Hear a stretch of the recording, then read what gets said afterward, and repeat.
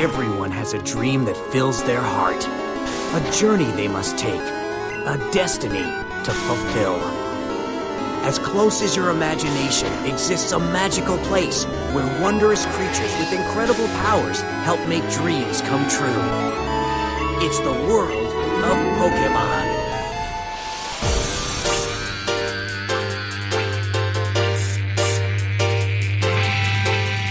Welcome to Now Playing's Pokémon Retrospective Series. Prepare for more trouble than you've ever seen. And make it double, we're on the big screen! Part of Now Playing's Video Game Movie Review Series. Enough of the game! Hosted by Arnie. So you're addicted to caffeine. I could stop whenever I want. These are just choices. Another round, extra shot. Blackest night, thank you, sweetie. Justin. Get me the hell out of here! And Stuart. To them, this is just one more challenge. They follow their hearts. That is what sets them apart and will make them Pokémon masters. This podcast may contain detailed plot spoilers and mild language. This is what a Frenchman would call caliente fiesta. Listener discretion is advised. We're gonna do this, you and me.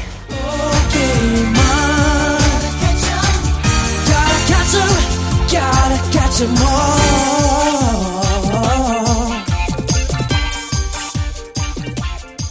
Today we're discussing Pokémon, Detective Pikachu, starring Ryan Reynolds, Justice Smith, Catherine Newton, Suki Waterhouse, Omar Chaparro, Chris Gere, Ken Watanabe, and Bill Nighy, directed by Rob Letterman. This is the Now Playing co-host with a generous tongue, Arnie. Grumpy on the outside, adorable inside, it's Stuart. And this is Justin. Finally feel like I've caught them all, or at least all the ones I care to catch at this point. Yeah, we're at the last Pokestop. The real one, the one that told us we would have to go back and find animated movies to watch to build up to Detective Pikachu. Now, this is a game. Each week we try to feature a different Pokemon game. Here's one that I suspect I might like, if in fact it is a detective game.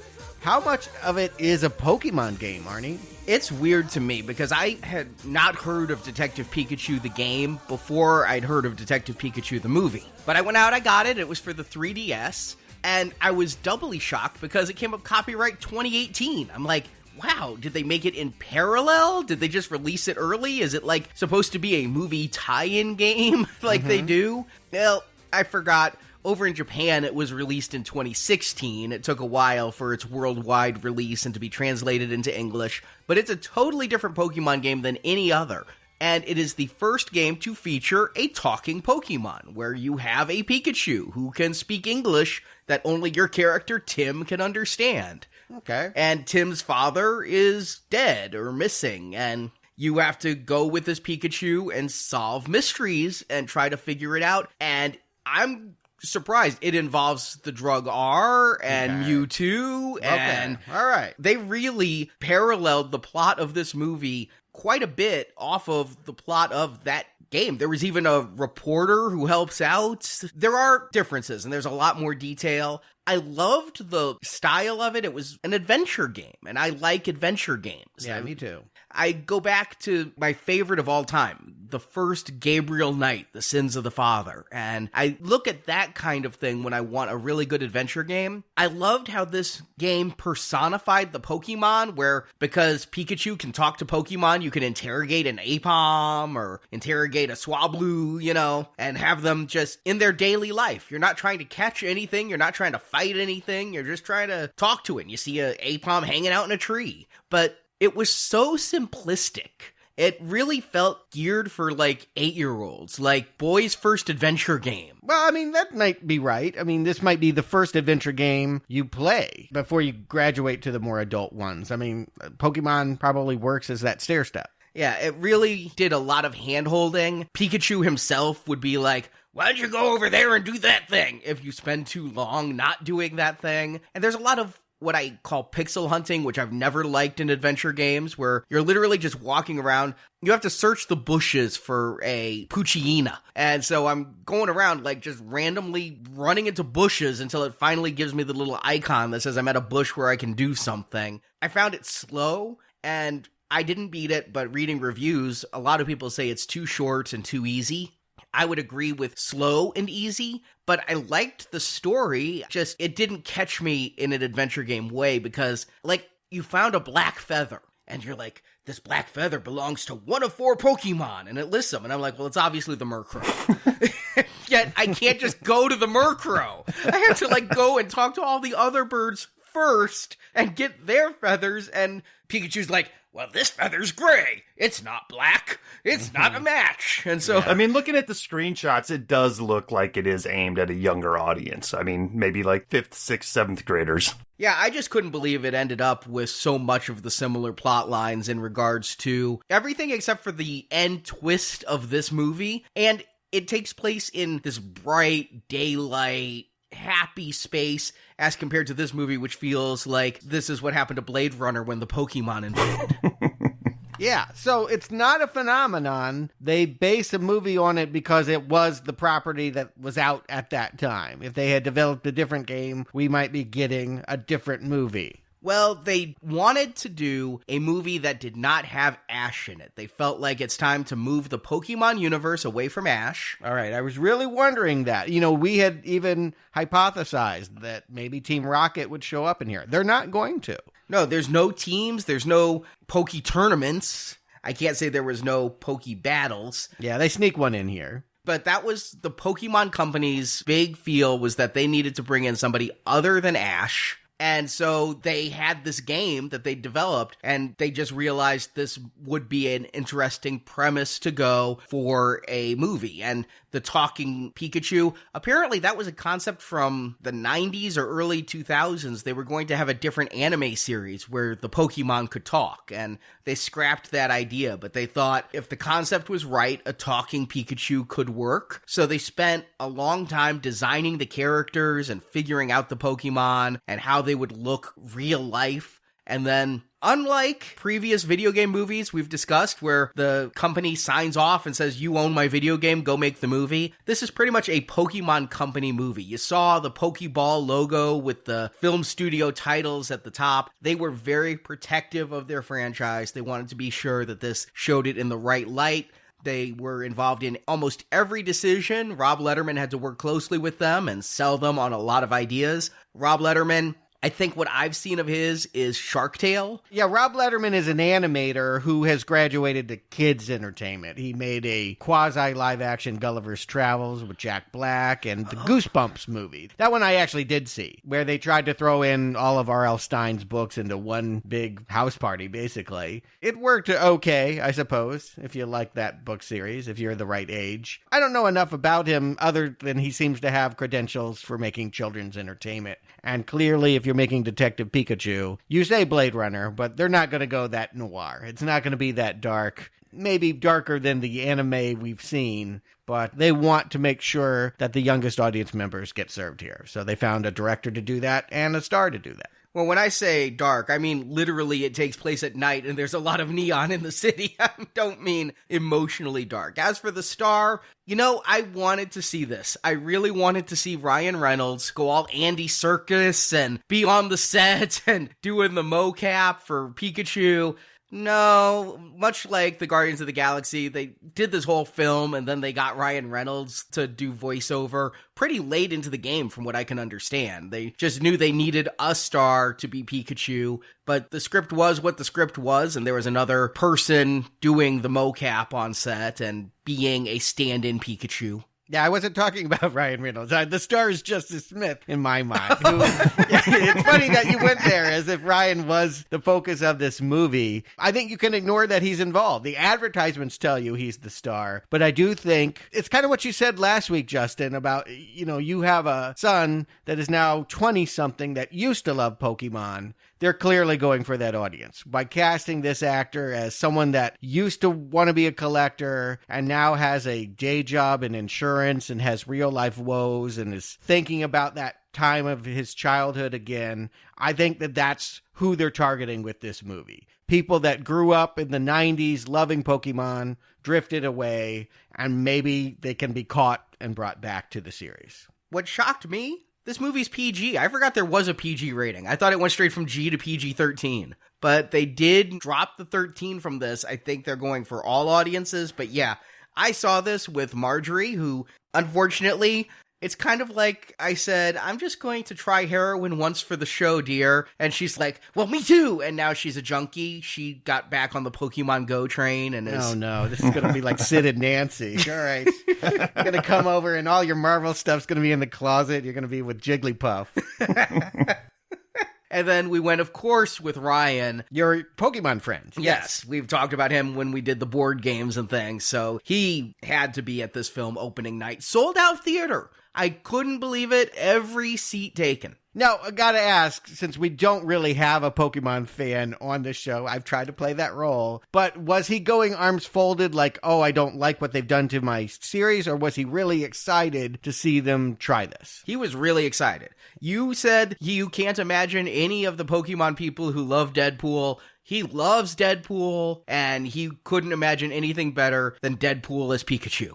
Okay. Yeah, I mean, to that point, I took my son Tyler, he's 24, and he was very excited to get to this movie, despite the fact that Ryan Reynolds was in it. Like, he is kind of over the whole Deadpool thing. Just because his dad has a Deadpool tattoo, is that why? It's possible, but I also think that age group is a little bit more jaded with the whole comic book movie stuff. I think they're ready for something new, and Pokemon is that, and then I feel like a little bit of it's like, oh, and you're injecting comic bookness into this to kind of grab maybe a little bit of the older audience, which would be us. So I think it does two things. I would have gone to see this movie with or without Ryan Reynolds, but to me, hearing that he's in it kind of gave it a little bit of legitimacy going in. Yeah, you need a movie star. I agree. If they did not have an above the title name to put on this, I think it would only be attractive to the youngest members of the audience. I don't think anybody 30 or older would go for it. If you didn't grow up with Pokemon, it would be telling you this is not for you.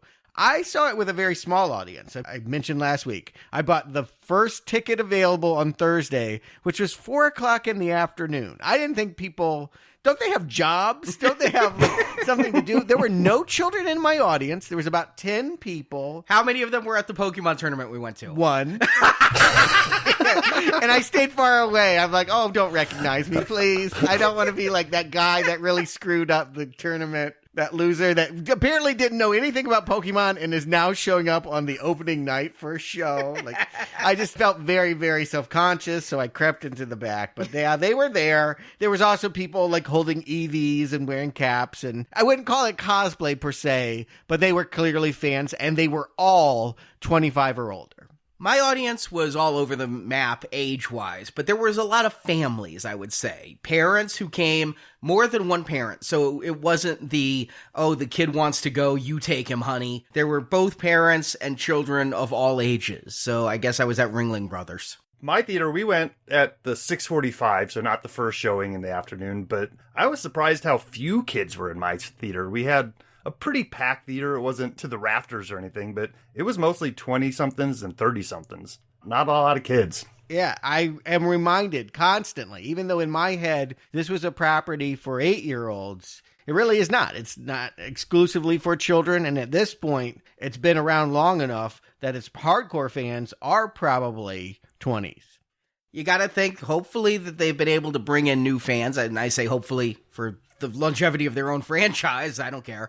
But yeah, there are the fans like Ryan who have stuck around with it for 20 years. And I feel this movie does a decent job of trying to be all things to all people. Well, let's talk about that. If there's a controversy connected to this movie, I couldn't find too many. It's the fact that they're going to launch this at the head of summer. Like, this is a big tentpole, and they're going to go up against Avengers. They have some hope, and I guess listeners already know the answer to this, that they're going to beat Endgame this weekend at the box office for the first time of Endgame's run. I'm not convinced of that. I think it had an okay opening, but what's it projected to do?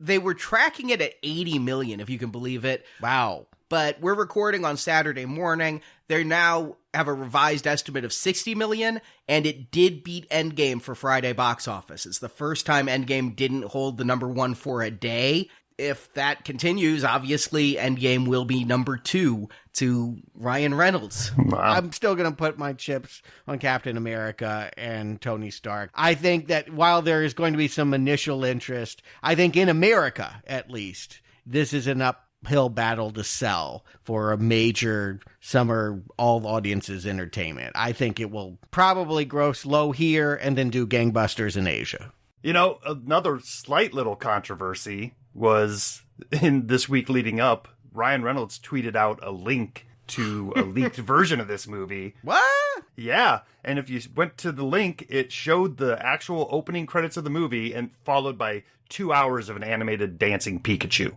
Oh, okay. All right. That's kind of funny. It was something you couldn't look away from. And I did like the meme where they took actual 80s VHS aerobics workout footage and intermixed it with that and intercut and saw that they were doing the same thing. Again, I wish Ryan Reynolds had done mocap. I would love nothing more than to see the mocap of Ryan Reynolds doing this dance that they animated Pikachu as. I mean, if you've ever seen James Gunn's recording, he did the dance of Baby Groot for the opening of Guardians 2, and it's just hysterical to see a gangly adult male do those dances. But I'm not sure Ryan is really into this. I've only seen a little bit of promotional material. He looks pained. On the red carpet, he's smiling, he's showing up, but I don't feel like he's excessively proud to be doing this. Like, this is uncool compared to his peers, right? Like, they're laughing at him that he had to do the Pokemon movie. I can't think that. And you know how these actors, they like to do these projects for their kids, like Raul Julia with Street Fighter. He did it for his kid. I mean, I saw an interview with him. Ryan Reynolds said that they sent him a video and they took some dialogue from a different project and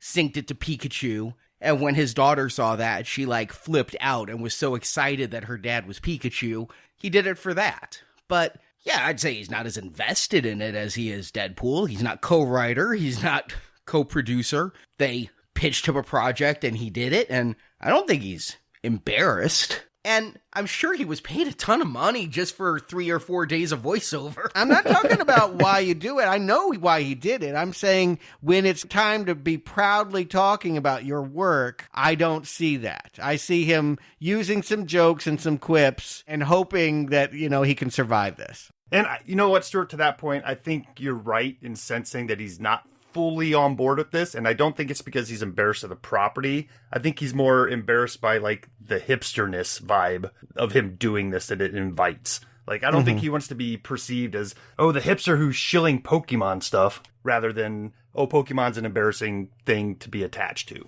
Yeah, I mean, his image, if he has success at this point in his career, it's all tied with Deadpool, and to be doing this kind of a PG property that's proudly PG, that hurts.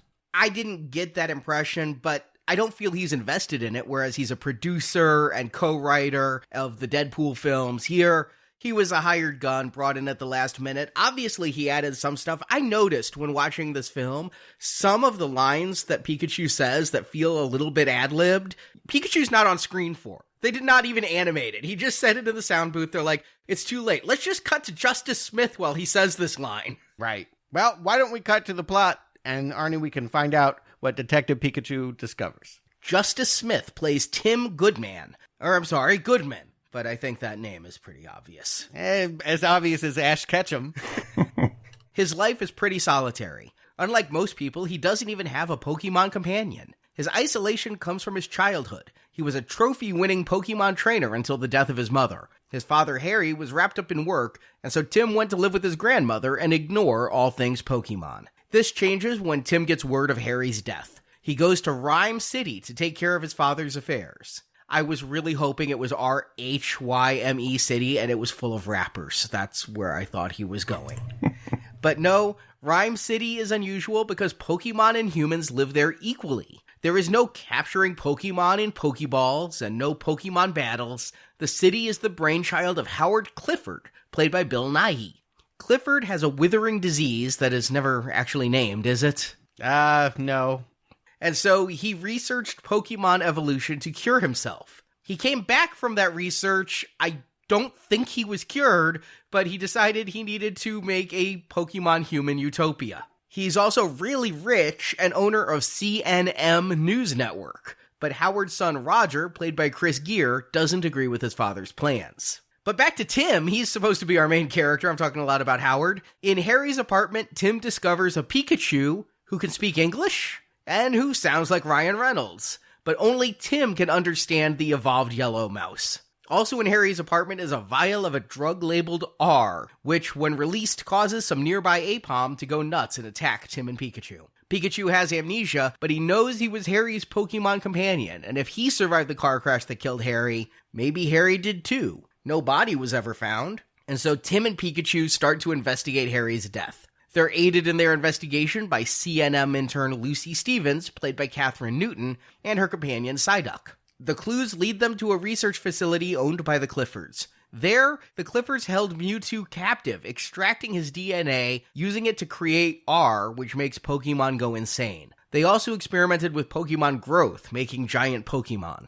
The foursome realized the villain is Howard. To escape his dying body, Howard found a way to transfer human consciousness into Pokemon bodies, but that could only be done when the Pokemon was crazed on the R drug. Using a headset of some sort, Howard transfers his consciousness into Mewtwo. Then, during a parade taken straight out of Batman 89, Howard releases the R gas and uses his power as Mewtwo to transfer the consciousness of all humans into Pokemon bodies. Pikachu fights Howard in Mewtwo's body, while Tim just removes the headset off human Howard, and that returns Mewtwo's own consciousness, and he undoes all the weird body hopping that Howard had done. Mewtwo also reveals that Harry did die in the car crash, but Mewtwo transferred Harry's consciousness into his Pikachu. The Detective Pikachu has been Harry. For reasons I don't really get, Mewtwo needed Harry's son in order to bring Harry back in human form, but hey, it does, and it looks like Ryan Reynolds. And Pikachu is back to being just a normal Pikachu. But through this adventure, Tim and Harry reconnected, and Tim decides to leave his job as an insurance appraiser to stay in Rhyme City and become an investigator like his dad, as credits roll. The opening titles here was in an odd font. Is this, like, English letters that are trying to look Japanese? Sitting in the theater, I turned to Tyler and I made a joke, and I said, that says a Warner Brothers picture. I can read Japanese. I got an elbow to the ribs for that one. It bordered on culturally offensive. It was hard to read. I can understand, trying to make a font feel a certain way, but it was difficult to read what they were trying to do, and it was over-stylized. And if this whole enterprise is what I suspect it to be, Pokemon Company trying to catch them all, trying to get all those American kids that loved them 20 years ago and then wandered away, what better hook than to start with Mewtwo? I mean, that first movie was the biggest grossing in America by far. Every kid of the right age saw it in theaters. To replay it here in the beginning, it is kind of a grabber. It did get me excited to think that he was going to be the central figure. This movie starts off with scenery that we've seen from the first movie that we reviewed, and my first thought was like, wow, this feels like it might be the final exam for our semester of Pokemon studies. And it really just got to pay off. Like, that studying and knowledge brought a little excitement to this franchise that otherwise I wouldn't have had any idea of what I was looking at the beginning here. On the reverse of that, though, I wonder if anyone that had never seen Pokemon before but went because they did like Ryan Reynolds and Deadpool, what they would be understanding. I have to wonder what it would be for them. I mean, when I walked out with Ryan, I said, well, they basically did a live version adaptation of Mewtwo Strikes Back, and I'm really sad that I know that now. But yes, I feel like just off the bat, they've made a movie that will only appeal to people with at least a passing familiarity with the Pokemon franchise. If you are here just because, hey, that trailer looks good and that Pikachu looks cute, but I've never played a Pokemon game, I've never watched a Pokemon cartoon, I do think you're going to be fairly lost. They do their best to try to explain it in the beginning and have a couple of the tropes here. But yeah, if I didn't know what a Mewtwo was coming in, I think I'd have been pretty lost. Agreed. Not the new stuff. I mean, even I don't really know what's been going on in the more recent seasons of the television. But for the people that were into it in 99, 2000, all of those major players, all those Pokemon from that original generation, they're all going to be popping up here. They do try and show you a normal battle. here at the beginning. We start in a field, and we have these two kids that are kind of dressed like Ash, trekking out there to catch a Cubone. I thought one of them might be Ash because he has the red hat. And then it turned out it was the actor who plays Dopinder from Deadpool. Yes, again, they don't want you to forget Deadpool. Yeah, Ryan Reynolds is dragging along a couple buddies into this movie. I can't decide. Was this scene filmed as a pickup after they got Ryan Reynolds? Yes. I'm going to say yes. It feels, because we never see Jack again, because it just feels totally thrown in here, probably because test audiences said, what's going on? What's a Pokemon? Again, I think of myself. Before I started this series, I didn't know anything. I wouldn't have known that you threw a big ball into a field and caught a Pokemon, and that they had to agree to it. I certainly didn't know they wore the skulls of their mothers. That was a creepy little fact that Bulbapedia actually did clarify for me. Yes, they actually wear the skulls of their mother. That was awesome, though. I mean, I love the fact that, okay, this movie and its quote-unquote realistic depictions of Pokemon, which I'll say, they're never photoreal to my mind, but they're stylized enough that I go with the world. But this Cubone, with his bone there, they took a way of taking this creepy-ass thing that somebody put in a game. And what was that animator thinking when they put a skull on this thing? Were they thinking that it was the skull of the mother? Is that an idea they had? But he sounds like an Ewok. He's absolutely hysterical when he's attacking with that bone. Yeah, they did turn it into a bit, of course, that, Tim is reluctant. We sense that much about him from the beginning, is that he is not really into this. And he throws it out there. Hey, I caught him. He seems a little bit happy, but it's a yellow light, not a green light. Didn't really work. And I take that to mean probably because of his disinterest. If he had been maybe more into it, maybe Cubone would have wanted to be caught and they would be friends. But Tim is a rare human in this world that is without a Pokemon companion. And the way that they depict this, everyone has one. It's less a pet and more like a spirit animal. It's like you have one Pokemon that represents you, and they follow you around and are your little familiar. You said that you thought this movie might do better if they called it Pokemon Go the movie instead of Detective Pikachu the movie. I feel like this opening is for the Pokemon Go people. Yes. Because seeing a Cubone just among the grass, throwing a ball at it, seeing the yellow light and seeing the Cubone pop back out. Because when I throw my little balls at Pokemon in Pokemon Go, I'm crossing my fingers every time that they stay in the ball. And I do have to feed them like treats so that they want to stay in the ball and all of that. So I felt like this was a round of Pokemon Go, but instead of at the end, the creature just running away, the creature was pissed. I feel like the visual stylization is taking a cue from Pokemon Go. They aren't creating a aesthetic world that I would expect. I would expect them to create a cartoon place. Like when we get to this big city here, Rhyme City, it's not like Emerald City. It's not like we're going to a Technicolor Fantasia. It looks more or less like London. They even have the Gherkin Fabergé egg building. They are taking real world landmarks and then just sticking a Pokemon in there. Suddenly a Snorlax is sitting in the middle of traffic. And that is the way they want it to look. It looks like our world, but with the Pokemon in it, just like Pokemon Go does. I totally agree. And I think they did a pretty good job of that. I mean, aside from the fact that there, like you said, there was a few iconic buildings from London that you could pick out if you know the area. But I felt like they did a good job of taking a familiar feeling city, but also putting somewhat of a Japanese overlay to it and making it feel elsewhere. Not of Earth, but of Earth at the same time. And here's where, for the first time ever, I regret our retrospective series format, because all of us now know quite a bit about Pokemon. We've done the deep dive in watching the other theatrically released US films. And I wonder if others would get the joy I got, mostly from Pokemon games, though, from playing the old Pokemon for the original Game Boy all the way through playing a ton of Pokemon Go, but just seeing this world that we see even in Tim's original city where he works as an insurance appraiser, just seeing the Pokemon around, seeing a Treecko just against a window, seeing that there are no birds in this world. In fact, they're going to show us, I had that theory given by a listener that has been going around that Pokemon takes place in a post-apocalyptic world. We're going to see here, no, this is some kind of alternate reality where Pokemon were around with the pharaohs. You have hieroglyphs with Pokemon, but seeing these Pokemon just in everyday life, hanging out, walking next to people, brought a smile to my face. We don't know anyone that has no familiarity with this to know how they would react.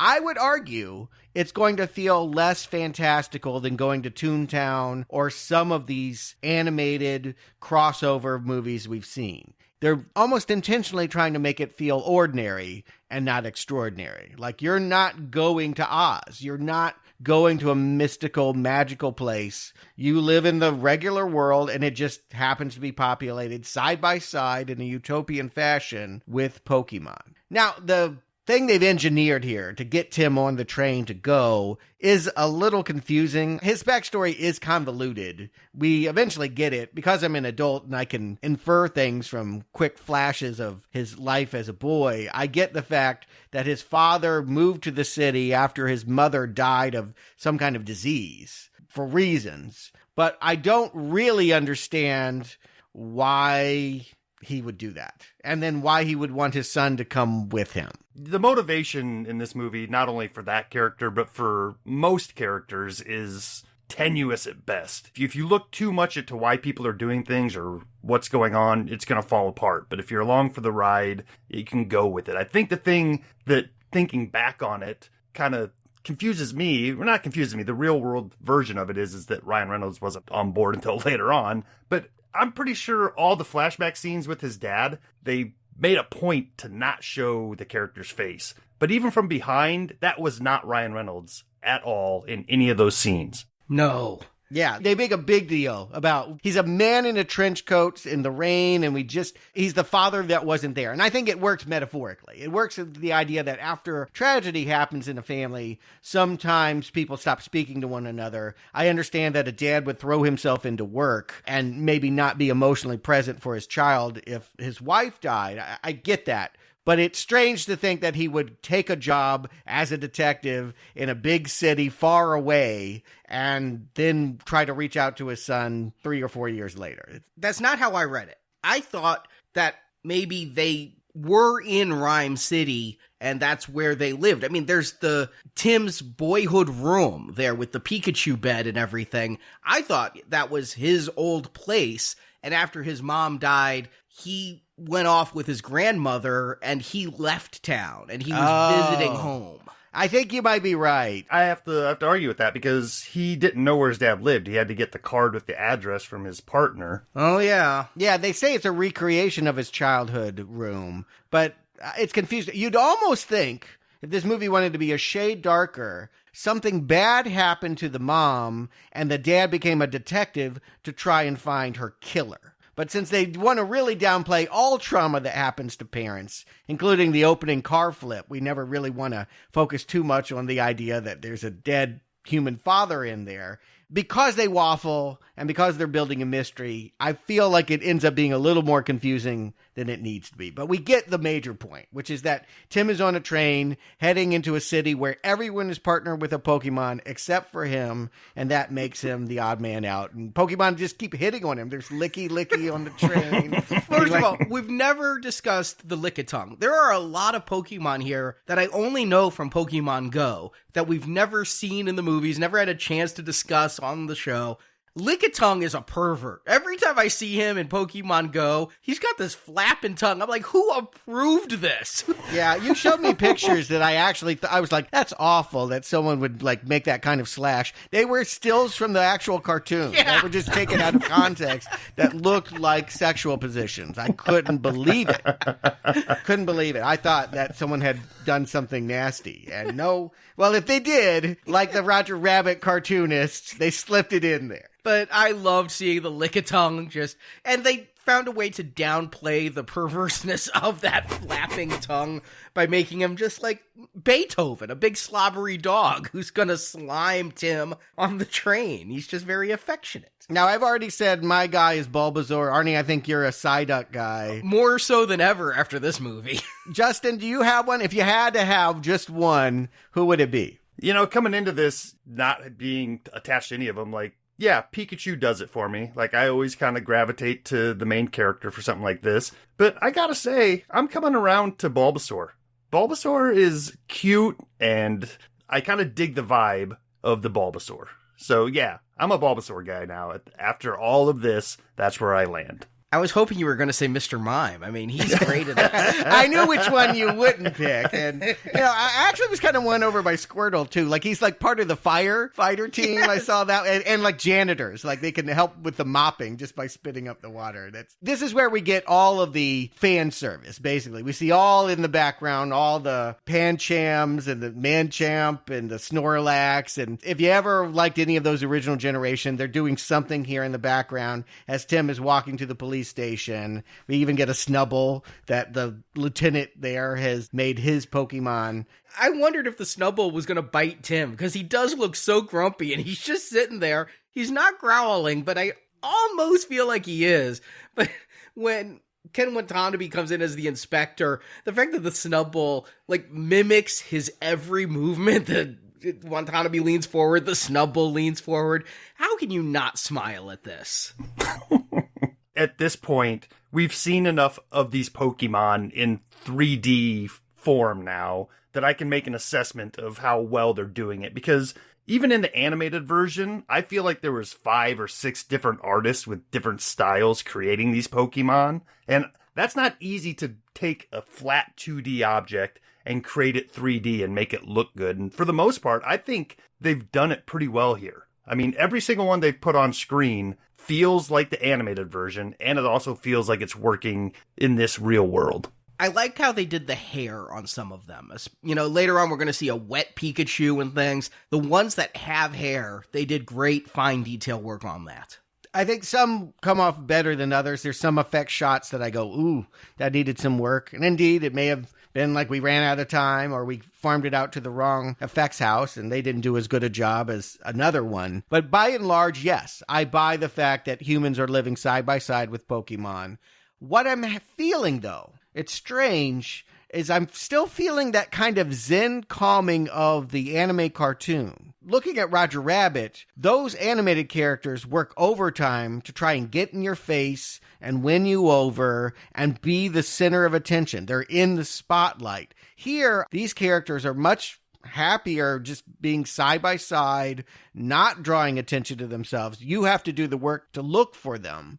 They're not as gregarious as I would have suspected people trying to push characters on an audience would have made. I mean, just sitting there with Tyler in the theater, I'm watching the movie, I'm paying attention to the main characters, and he's constantly like whispering at me, oh, look, there's so-and-so, and there's so-and-so, and he was picking people out of the background and characters all over the place, so for that crowd, I think it's playing very well, where it's like, ooh, even if it's not going to be somebody who gets a feature in the center of the screen, they're getting a lot of these Pokemon in there for the fans. But you know what I mean? Like Bugs Bunny, when he shows up with Mickey Mouse and Roger Rabbit, like that's a moment where they really steal the scene. And here, again, I think it's just Japanese. I think there's just something more polite and unassuming about the way they present these characters that is just unexpected for Western audiences.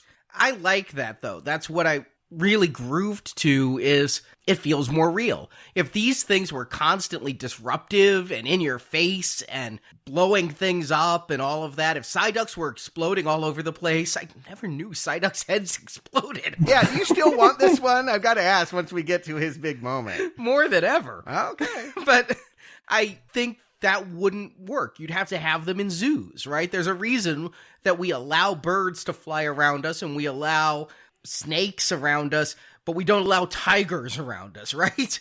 So I just loved seeing a world where all these characters that I've been catching, and they're hitting the big ones. They're not hitting super rare ones. Almost every Pokemon I saw, I got in Pokemon Go. And they just had an event that brought a lot of Psyducks and Pikachus and things to the front so that it could tie into the movie.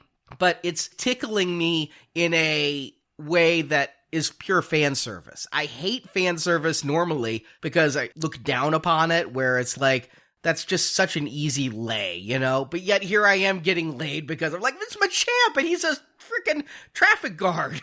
Yeah, and I think the fact that this is the first live-action movie after 21 years, why not give a little bit of fan service? I mean, we've never had this experience, this tactile, with them having this much interaction beyond Pokemon Go. So go for it. But of course, the Pokemon we really most want to see shows up about 19 minutes in the movie. To kick off Act 2, Detective Pikachu is going to be stumbling into the apartment around the same time that Tim is coming back to his father's apartment. I think Pikachu got there earlier because did you guys notice the TV was on when Tim got there? Yeah, I thought that was weird too, but I think you're right. Pikachu had been there. Well, did you notice what the movie was? It went by pretty quick, but it felt like a Home Alone type of reference. Yes, it was exactly Home Alone. It's the movie where they're like, keep the change, you filthy animal. They didn't play that line, but it is that fake movie from Home Alone. Awesome.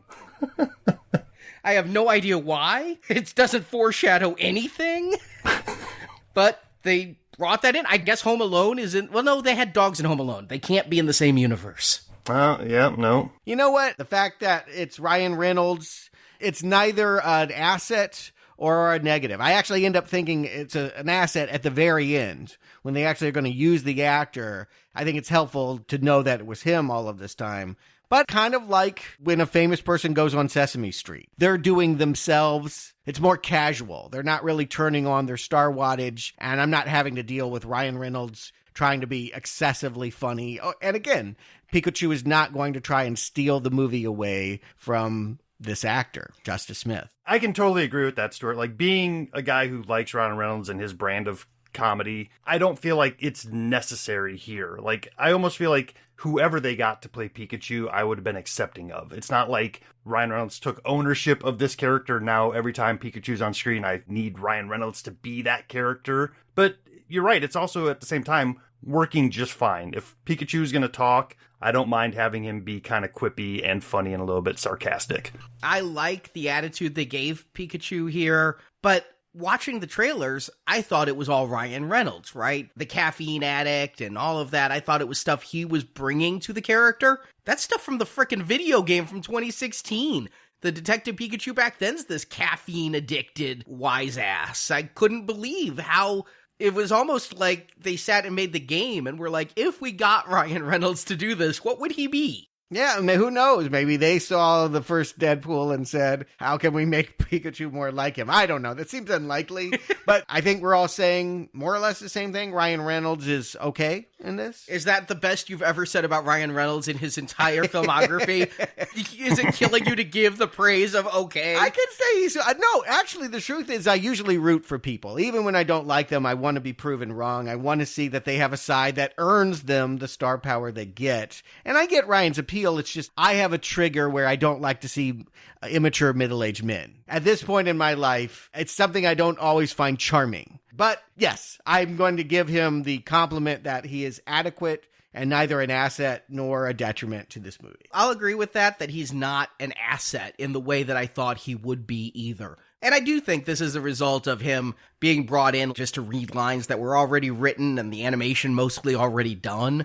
It's Ryan Reynolds' voice and Ryan Reynolds' inflection, and there's a couple moments where I do feel like maybe he brought something unique to it, but by and large, I forget it's Ryan Reynolds. It just becomes this cute little Pikachu with... Is he wearing too much rouge? Is he kind of hoard up? I never really noticed the red spots on the cheek until I saw them in a real-life scenario.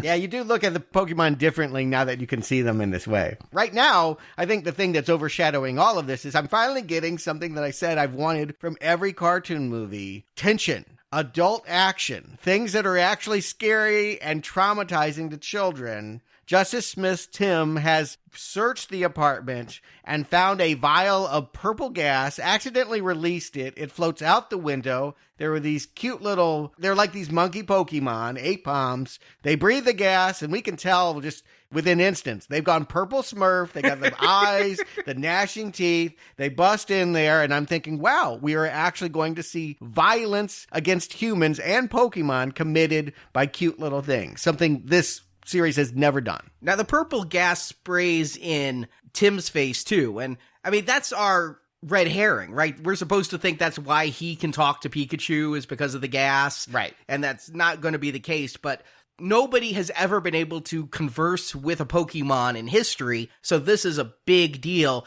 Apom, those things are creepy amputee Pokemon anyway. I don't know if you noticed, they have arms with no hands. Their hands are cut off. And then they have a tail with a giant hand. Yeah. It's like they traded their hands off their arms. I noticed the tail, yeah.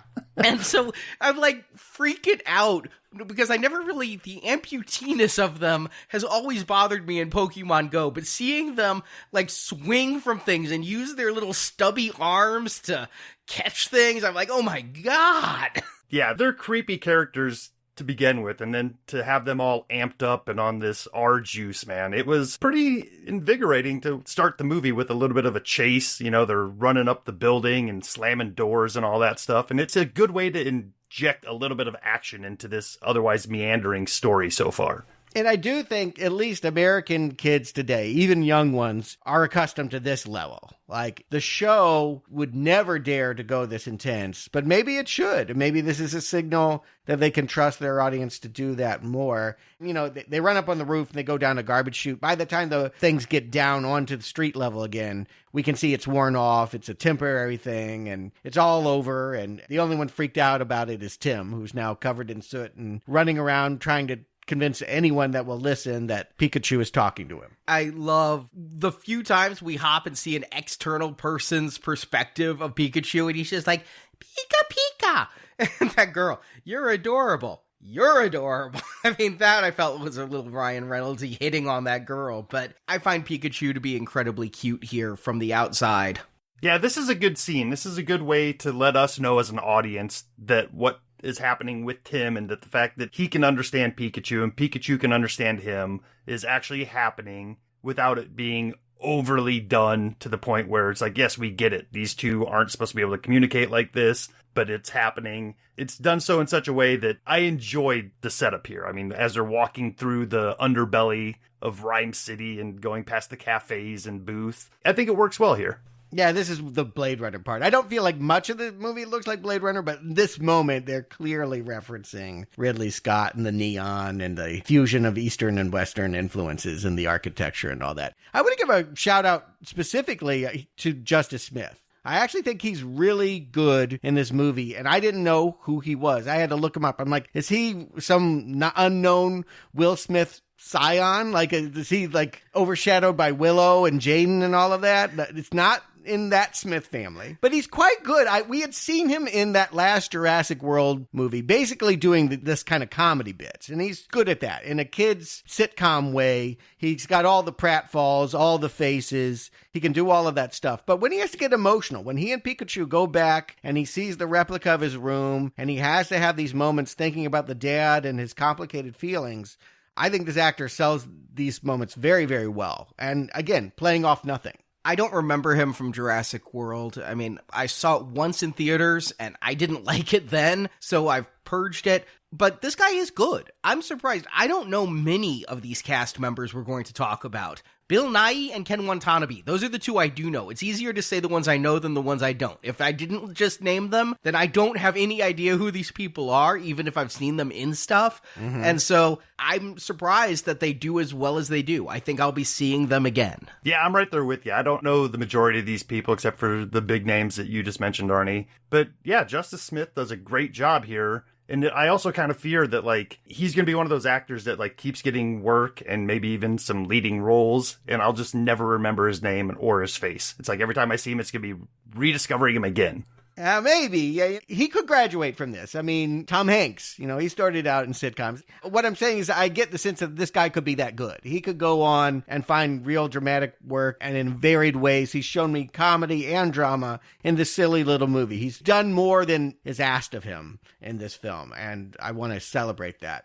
Catherine Newton is an actress I've seen many, many times. As you guys are saying, have never remembered her from. She was in Big Little Lies, 3 Billboards, Lady Bird. Saw all those movies. Mm-hmm. Do not know who she is, but she is this reporter that kind of blew in here with Psyduck and very clumsily introduced herself at the apartment and is now going to be their first lead as they get into the case about what happened to Harry Goodman, because Pikachu is convinced that the father is still alive. He feels it in his jellies whatever that means, that the dad is not dead and that they have a case here. And so she believes that too. She's been doing her own investigation. She knows something's up. She's just an intern, but she's pretending to be a reporter. I thought I would hate Lucy Stevens in this movie from this first scene, though, because she's overplaying a 40s noir. She's more like Hepburn in The Front Page, if you know that movie, or His Girl Friday. But yes, I just thought I would hate her faux 40s delivery and kind of this weird Lois Lane vibe I was getting off of her. She actually really does win me over in the movie. She reminds me a lot of Mary Elizabeth Winstead. Okay. I just kind of got that vibe off of her with the big eyes and the delivery. Oh, sure. I kind of was getting a Kimberly from Different Strokes type of feeling off of her. But yeah, I didn't like her introduction. I do feel like she's supposed to come on brassy, like reporters in detective movies of old were like. And she's a weird pairing with Psyduck, because Psyduck, we're going to find out, is completely neurotic, and she's really not. I mean, she's kind of tough. And he's all a mess. They're a strange combo. Doesn't feel like her alter ego at the very least. But she, yes, is working this event where they are taping a commercial to let everyone in the city know they're going to have a big parade soon. And the founder of this city is there with his son, the Cliffords. It's a set that anybody can just walk onto, apparently, as well. Sure. Well, if you're a detective, it sure doesn't stop you. Just, it's very easy to walk up and get that close to Mark Zuckerberg or Bill Gates. The richest people in the world, very approachable. I actually feel like they're going for the Murdochs specifically because they own media and it's a father and son. And right now, that's a big issue where passing the torch and the kids trying to take control of the empire has led to a lot of infighting. There are more than one son, so it's not a total one-to-one correlation, but I do feel like they were thinking a little bit about Rupert Murdoch and his children. Given that they called it CNM, which was so close to CNN, I kept looking for any kind of tie there. Right now, CNN is being called fake news by our commander-in-chief. Are we going to see anything like that? Are they going to try to be topical? No. Ryan Reynolds is going to make one really awkward comment about global warming. Other than that, there's no politics in this movie. A CNM is just one letter away from being sued, but it has no relevance that I could find. Sure. I mean, it just plays as corporate media. I mean, I think everybody at this point knows that news organizations aren't what they used to be. It's played for commercial use and stuff like that. And there's even a comment from the son early on where he turns away from the camera and really snaps at his dad. It's used as a diversion ultimately, but it's to show us that, this guy is more concerned about money than actual information getting to the people. And this is a red herring if you've played and beaten the game. In the game, Roger Clifford is your bad guy, and he's going to release the R, not to escape an ailing body, but because he wants his news network to be the #1 news network, and he's going to be right there at the parade covering all of this. Yeah, I'll admit, I was totally surprised by this. I did not think that the children's movie could fool me about who the bad guy was, but I bought hook, line, and sinker from this exchange that the son had to be the bad guy because he was the one being mean to his dad, and his dad's in a wheelchair, and his dad built this utopia, and I just fell for it. I didn't understand that there could be a dark side to the utopian vision. I'm sorry, but as soon as I see Mr. Potter there, the rich guy in the wheelchair, I know he's the bad guy. Yeah, you're good on you. I mean, again, it could be there. As Justin said, it's even in a line of dialogue where he's called out for being vain, but I didn't see it. Again, I thought this was the story about sons reconnecting with their dads, and you have a bitter son looking for his detective father, and now there's this bitter media son. I thought they were going to do something there with that. But in fact, Howard is really the one behind all of this, and the son is not as villainous as he might appear in this first exchange. And they present to Lucy the vial for the R. She already knows about this. She brings them into her office. Ryan Reynolds gets to say some off-color things like it's really a coffin with pencils. And the last time Tim talked to a woman was when he was coming out of the birth canal. The birth canal line got my eyebrows raised. That was pushing it. There had to have been long meetings at Pokemon Company about birth canal joke. Like, do we let that go? But they do, and you know what? Is it the movie better for it? It's more Ryan Reynolds for it. I'll say that. At least defends his reputation for slipping things in. No pun intended. Or maybe I did. I'll just put my cards on the table. The plot of this movie is convoluted and sucky. I don't like anything that involves the Cliffords.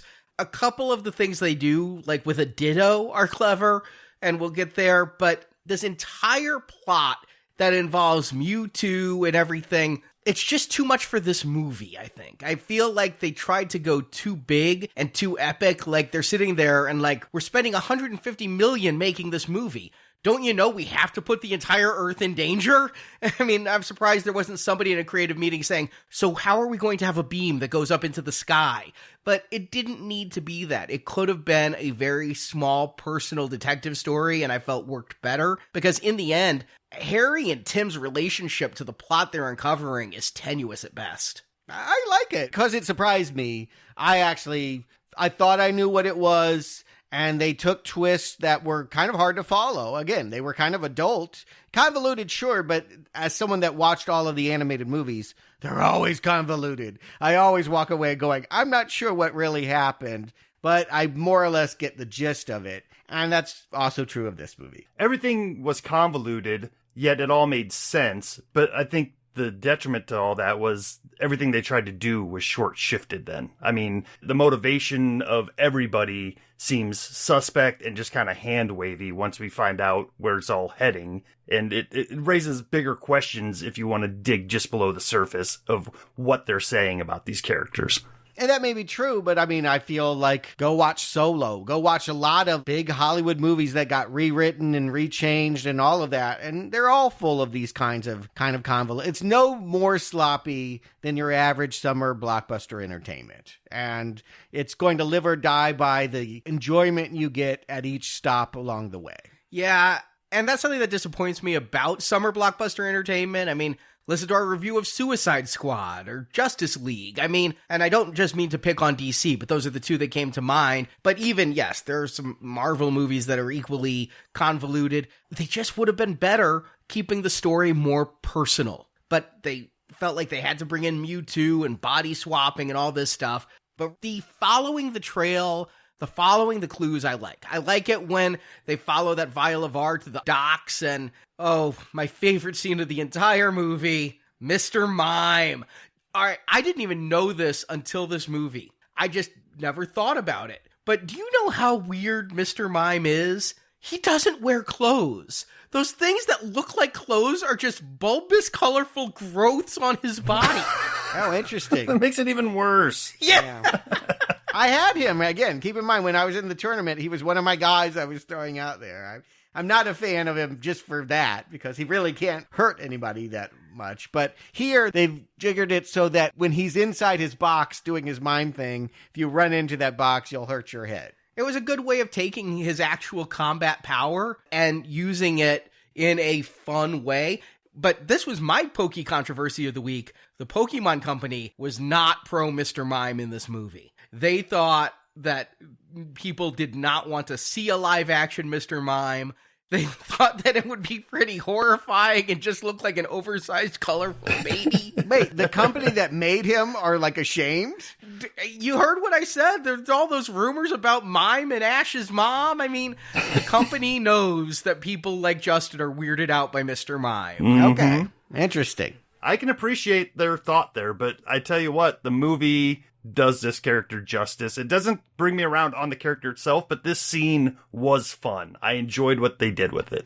I was shocked that, like, I mean, as Pikachu calls out, they go dark real fast when Justice Smith's idea of getting him to talk is pouring invisible gasoline on him like Reservoir Dogs and then holding up an invisible match. I'm like, I know it's invisible, but you know, that's really R-rated. He drops the match. The very end of the scene, he's just Mr. Mime. And I'm sitting here wondering this whole time, because Mr. Mime creates an invisible wall. And he sits in impossible positions no mime could actually do, making me think he's creating invisible supports for himself. Well, if somebody mimes to Mr. Mime, is that actually created? Did we cut away right before Mr. Mime immolates? Very possibly. Yeah, again, they leave it to your imagination. Yeah, very much depending on how dark you are as an audience member. If you are one of those haters out there, then yeah, you get to see Mr. Mime burn up, I guess. The final look on Mr. Mime's face when he drops the match. I love this scene. And the fact that Mr. Mime's telling him to shove it. And, mimes are one of those things that everybody hates, including me. But seeing him, run away and seeing him put up the invisible wall so that he couldn't be attacked. The fact that you have to combat mime with mime. This scene, it made me smile a lot. And that's what's important more than the plot, is that I'm smiling because at this point I don't realize how crazy the plot's going to get, but I'm smiling anyway. Yeah, and there's certain things you have to do if you're doing Pokemon. You have to have a battle. We have to find a way, even in a town where it's total harmony and no one is throwing balls out and making animals fight one another. Again, that controversy about, is this like dog fighting? They don't want to wade their toe in there, but the movie would be wrong not to have us go to the Roundhouse and see a little bit of underground Rhyme City, where people like Sebastian have their Charizard and dope them up with Violar and get these underground matches. This really is kind of walking that line of what you bring with you into a movie like this, because if you're just kind of a casual Pokemon person, this very much plays like cockfighting or underground dogfighting. But to people who have a little bit more knowledge and guys like us who have been immersed in it, I think we understand that this is just kind of underground fighting, not necessarily animals fighting. To clarify, we've been immersed in Pokemon, not dog fighting. Sure, right. Yeah. We're not Michael Vick, but yeah. But yeah, I mean, I could see the studio being a little bit more iffy about this scene than the Mr. Mime scene, because it does come off as a very seedy, hey, this is a illegal fighting ring. But I think the way they pull it off works very well. Again, that's us as adults, as 40-year-olds looking at this thing with an adult mind. But people that grew up playing the game are just going to think, hey, they're finally doing the game. That's the way they're going to think. And it is fun. And we would want to see that. And we would want to see the cheater, the guy that's using the purple gas, lose. Tell me what I heard here. Pikachu killed his previous Charizard? No, he just beat Charizard. Yeah, he electrocuted him. And ripped his coat. Yeah. But he said he almost died. Like, he went so far as to get a gang tattoo, full torso of Charizard on his chest, as if that was like his homie that died. I mean, I think they played it off like that he was scarred. I mean, they showed Charizard's scar across his face that was left because Pikachu had electrocuted him pretty well. Okay, the guy's talking fast, and I get the point. He wants a rematch. That's the point. And because Pikachu has amnesia, he doesn't remember how to do Thunder Attack. And that does lead to a very fun scene where looks like he's trying to take a shit. Yeah, it's constipation joke. Yeah, it looked like a constipated dog, right? Yeah. It's, with the height of embarrassment, because like everyone is waiting, watching for him to do his cool move that he knows will win, and he's just there, ass out, squeezing and screaming and grunting. It's quite embarrassing. And this is where they become partners. We need to have that scene where Tim, the guy that never wanted a Pokemon as a partner, is going to suddenly align himself with Pikachu. He's going to step out there in that arena. Together, they're going to jump on this dragon and get thrown around. And this is the moment in which they have now become buddies. It felt like cheating. I mean, I know Pikachu is going to lose the battle, but I don't feel like he's going to become roast Pikachu. I mean, even though Charizard is a fire-breathing dragon, when Pikachu beat Charizard, it just left a scar. So I felt like Tim jumping in the ring is a real form of cheating. Sure, but so is using Serum R. I mean, using the purple gas is also cheating. And really, it ends up being a draw because that guy falls over. He's got a whole trench coat full of those vials. They all get crushed. And then every Pokemon in this whole arena is gassed and going crazy. And we introduced something that I think is a script problem, but is actually a clue. Pikachu is not affected by this gas. And I'm like, wait a minute, why wouldn't that be these script writers? I'm immediately assuming these script writers don't know what they're doing, but in fact, they know very well what they're doing. They're telling us there's something very special, again, about this Pikachu. He can't be gassed because he's already been gassed and because a human has already been put into his body. Yeah, and they even do a few times drop lines, Pikachu being aware of what the gas does and telling other Pokemon not to breathe in. But yeah, this scene plays out this way just so we can have had the battle and not have to have a winner or a loser and then move on from there. Yeah, that's another thing, too, is you risk pissing off some fan of some type when you show another type winning, right? Like when you saw at the beginning that there was Gengar. He won against somebody, I'm not sure what, but like that's going to piss off the people that he was playing against. Here, they just have like a fish. One of the gas Magikarp busts out of his tank and evolves into the big thing, and that's the end. I have to laugh because Magikarp are frustrating the hell out of me in Pokemon Go, and so when Tim's like, Magikarp, that's the most useless thing ever. I'm like, yes, it is. It's because it takes like 400 candies to evolve one. Yes, and it's just flapping there. I love how they explain why it's sideways and flapping all the time. But I never knew it's gonna, when I finally get 400 damn candies, it's gonna evolve into a water vomiting dragon. Oh, so there's in-jokes here for players. I guess, of course, there would be, but I didn't get that that's why, because Pikachu is there slamming him on the arena floor like, evolve, evolve, evolve. And the joke is, if you play the game, that doesn't come easy. I also love the Loud Reds that were hanging out with the DJ, because those things are like giant boombox ones, and they're all over the game. Yeah, I actually didn't know we'd see so many Pokemon here. I kind of thought that we'd be going into like Transformers 1. Because, there's hundreds and hundreds of Transformers, but in that first Transformers movie, they kept it down to about 8 Transformers in the main plot. But there's all kinds of Pokemon all over the place here, and God help you if you don't know what they do sometimes. Because especially, again, the Ditto, if you don't understand the Ditto, which we saw already became Howard's personal assistant. The Ditto turned into like a manservant to push his wheelchair. I think a lot of people would just be really lost. I didn't even see that. That was introduced early? Yeah. Oh, I had no idea. That was such a bizarre thing to show up at the end. That's a character, Miss Norman. I barely paid attention. She's here at the arena texting that Tim is here to somebody. It didn't mean anything.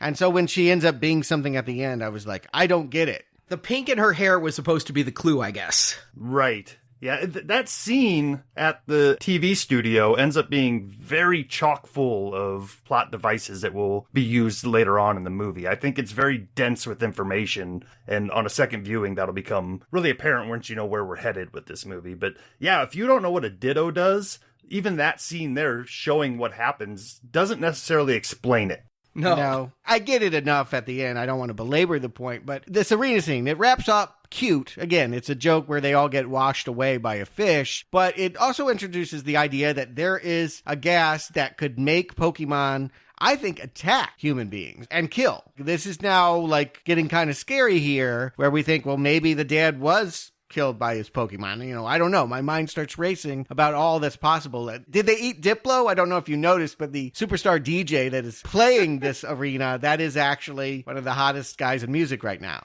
He was in Deadpool 2. Yeah. Again, bring them all. Yeah, the feral Pokemon attacking humans is something we just don't see, right? I mean, even in Detective Pikachu, that was one of the big things at the beginning of the game, is some Apom go nuts and start throwing, like, hot dogs at you. And that's a big deal, that they're attacking you by throwing food and things. And it's just so weird to think, because these are super-powered beings. These are mystical beings that can breathe fire and shoot electricity. Humans are screwed if they ever rebel. I understand that it undermines the utopia, but it also undermines just central things we've understood about the game. I would think it would be alarming for anyone, really, the idea that your Pokemon could turn on you. Well, an unsaid but also understood is that Pokemon are kind of an underclass then, because if they need a utopia in order to live side by side with humans and not be living in fear of being captured and enslaved to be put in Pokemon battles, then the unsaid thing there is that Pokemon are underclass.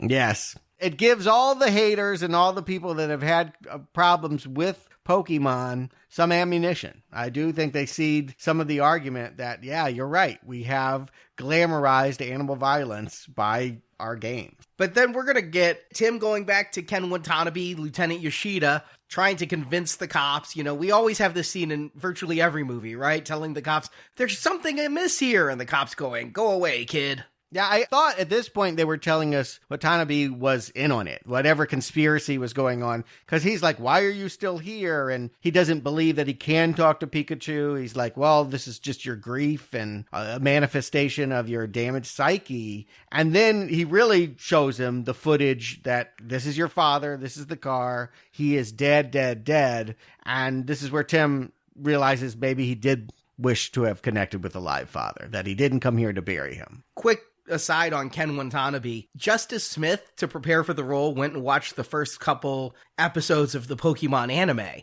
and he got on the set and he's like, oh, it's pronounced Pokemon, not Pokemon, but apparently in the English translation they mispronounced Pokemon those first few episodes. And so they were going all around the set, the director, every cast member calling him Pokemon. And then Ken Watanabe came and said to the director, do you want me to say it like everyone else is saying it, or do you want me to say it right? So he may have saved this movie from a whole bunch of online fandom. Well, there's no saving anyone from online passion at this point. But again, this is a turning point where they're still partners, but they've given up the idea that they can find Harry alive. And now what they're looking for is what happened to Pikachu. Why does he have amnesia? Who was he before? This leads them back to Howard Clifford, who has a holodeck and is able to show us the crash and that it was done by MewTwo. And I did notice that Yoshida's video, it kind of blipped when the car crashed. Like there was something that you couldn't see. Like a rolling videotape, like if old VHS used to do that. Yeah, it was just some kind of glitch that hid something. And I noticed that because we saw it at the beginning. We'd seen this crash, so we know what we're kind of looking for. And so when Clifford does it in his holodeck, we see clearly, MewTwo, which I remember, he was in the trailers. People knew to expect MewTwo, and that was a big deal too. I mean, we'd already seen him at the beginning, and I think we assumed he caused the accident. I mean, that was established in the very first scene. What we're told here by Howard is that he is alive. We can see him crawling out of the wreckage, and MewTwo takes him. So if you find MewTwo, you're going to find your father. Right, which leads us back to Lucy. And Lucy has already got some of this information, and she realizes that what they need to do is go back to this laboratory that we saw at the beginning of the movie that MewTwo busted out of. Yeah, they had a power outage the same night that Harry died/disappeared. There has to be a connection. And so let's get in this smart car that barely can fit us and our Pokemon. And Pikachu can massage Psyduck's feet as we drive back to that lab from the beginning. I have always liked Psyduck from the shorts we reviewed. He's never really been in any of the movies that we've seen. But the shorts, he always seemed just really stressed and panicky. And so to see him this way here and needing that foot massage, and the fact that Pikachu's like, you've got me sitting next to a bomb. Oh, I'm rolling in the aisle. It's just funny. I always thought you liked Psyduck because he was like Howard the Duck. No, I like Psyduck for Psyduck, damn it. He's his own person. He's just kind of duck thing. Yeah, I thought your duck thing had gone way out of hand. Visually, I thought it was a weird choice to have, if we're only going to really have two Pokemon that are focused upon throughout the movie, Pikachu and Psyduck, having two yellow Pokemon next to each other on screen so often, I thought that was a weird choice. I would have gone with, Jigglypuff or somebody in a different color scheme, just from a visual standpoint, because it's a lot of furry yellowness going on screen.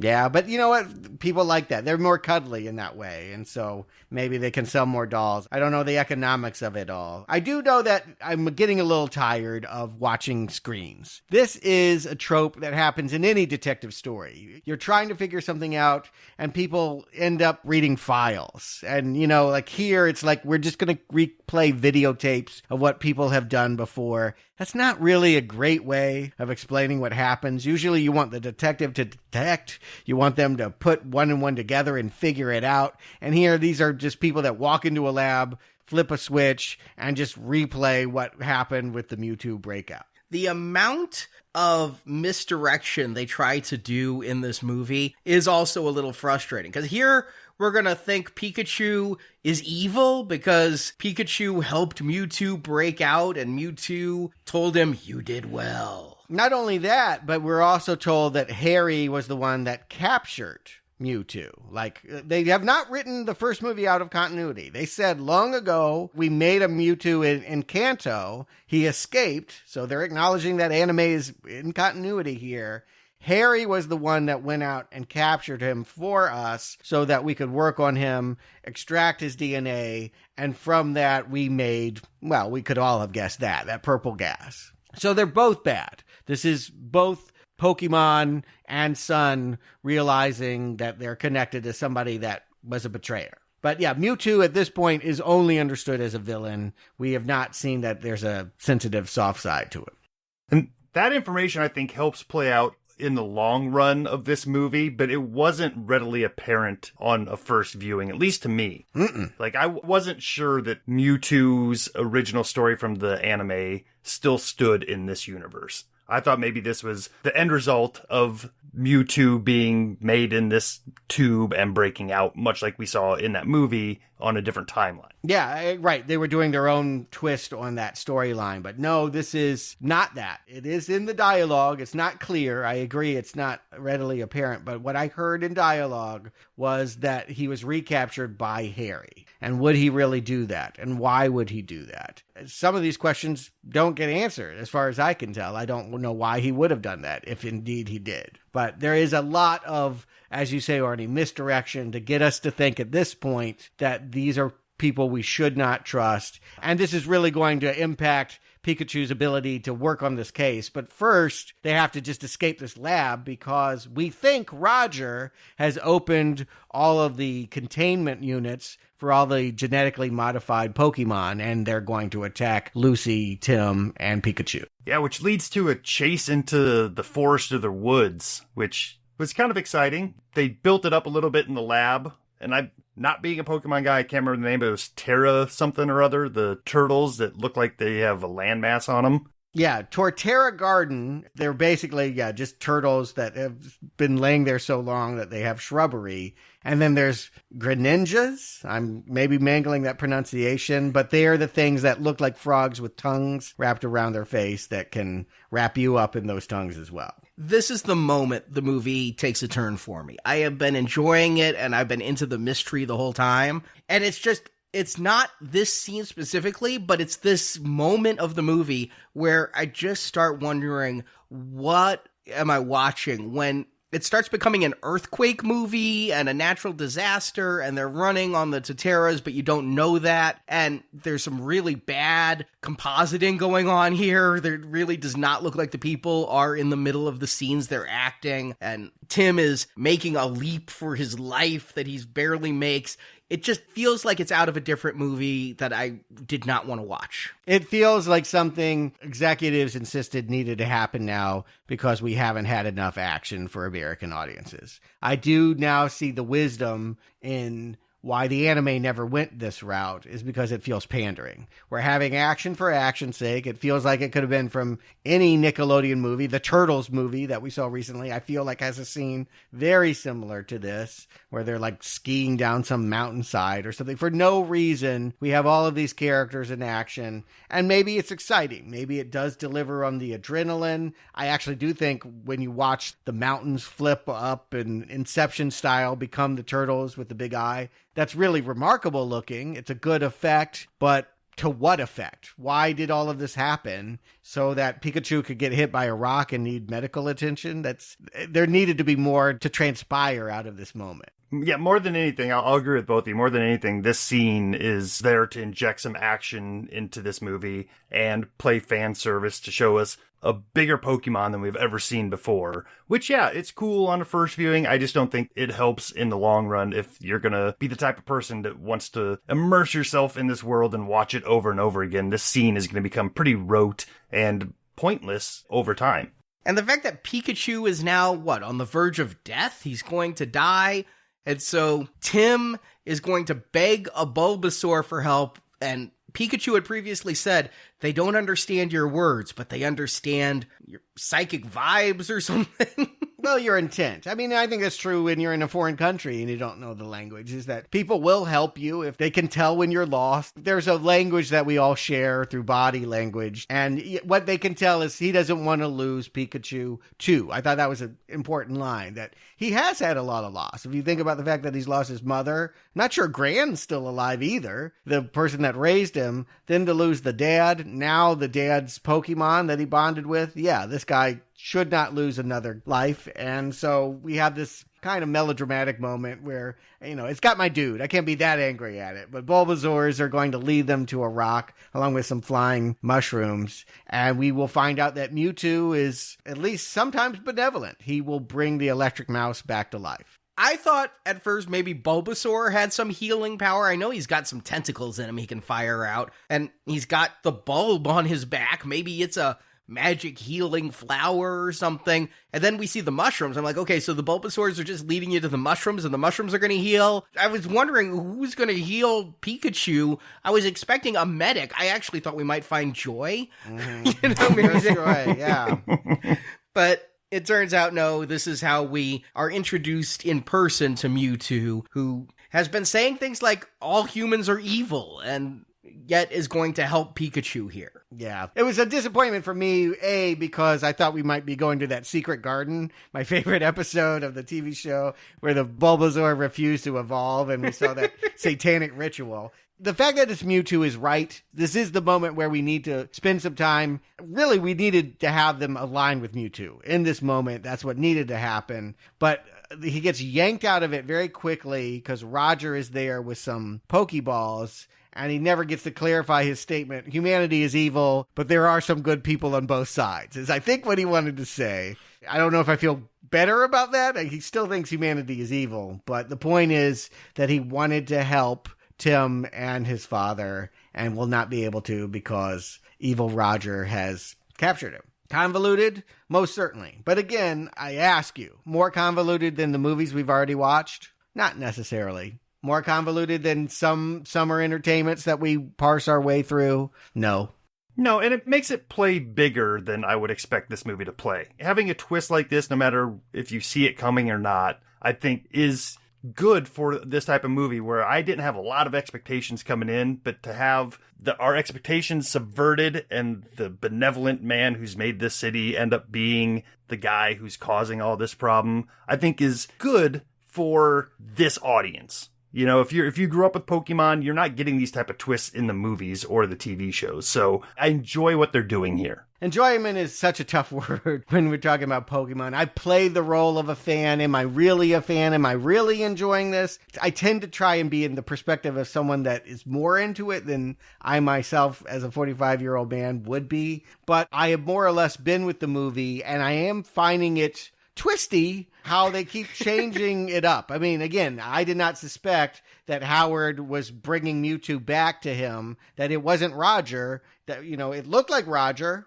but we have this look-alike Ditto thing that's working for Howard. And because Howard has been in a wheelchair, he wants a new body. That I get. Okay, you want to blend with your Pokemon. His master plan that everyone is going to blend with their Pokemon, is that a catastrophe? Is that a problem if everyone loves their Pokemon? That seems like that wouldn't need to be forced upon them by giant parade balloons full of gas. No means no. I should have choice over what my body is forced into. Yeah. The humans didn't consent to it. And certainly, I guess what the tragedy is, when a human goes into the Pokemon body, the Pokemon soul disappears. They are temporarily shoved to the side. It's not like they're sharing the body together. It's the human puppeting themselves around in this new creature body. So in that way, it's, I guess, something that needs to be stopped. But it's probably a fantasy for at least half this city and maybe some of the people in my audience.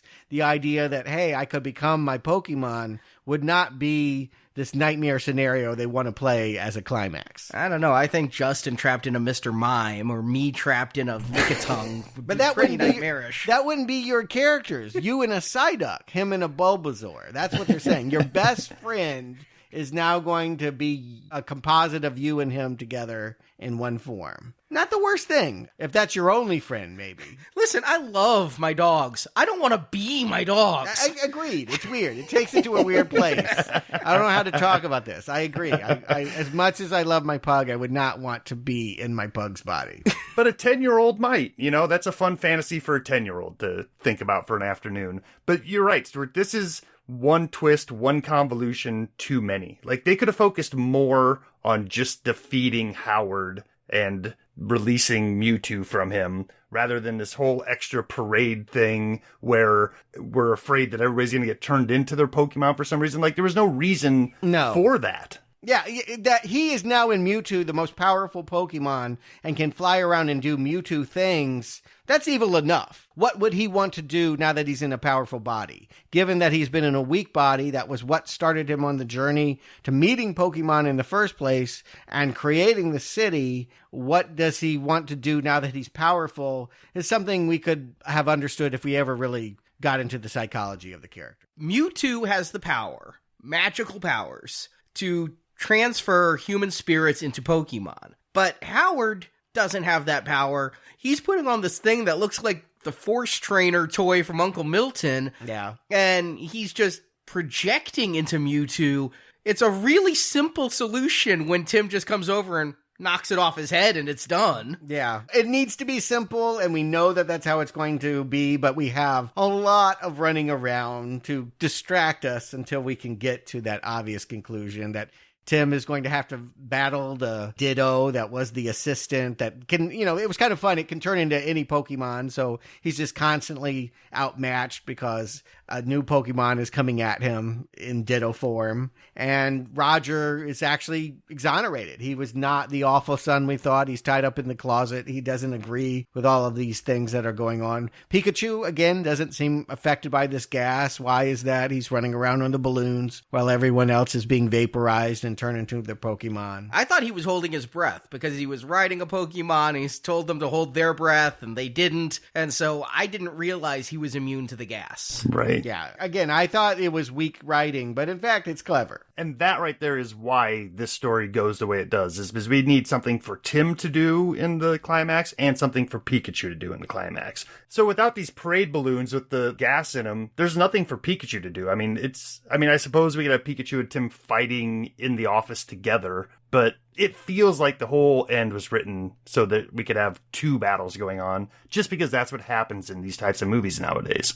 Yeah, it's doing what it knows a Hollywood movie needs to do, and it doesn't necessarily feel like a Pokemon movie at this point. But I will say, Miss Norman's kind of freaky. Like, those eyes, right? When he's battling that Ditto, particularly when the Ditto turns into a Lucy form and keeps attacking him, kind of upsetting. I think there's enough here to make small children cry, anyway. Those eyes freaked me the hell out. Yeah. Mm-hmm. But it resolved very easily, and maybe that's a detriment, or maybe that's exactly what it needs to be. Knock it off the guy's head, and he can no longer control Mewtwo, and Mewtwo can be who he is, and we can find out that he's walking this line. Humanity is totally evil, but I did like Harry, and I do like a few of you, so I'm not really wanting to do anything too terrible. I feel like Mewtwo was bigger than this movie's needed to be. I mean, I get that people like Mewtwo, but he's so super powerful. I mean, the whole big thing for Pikachu in this climax is he finally learns how to do his power and knock Mewtwo into a building,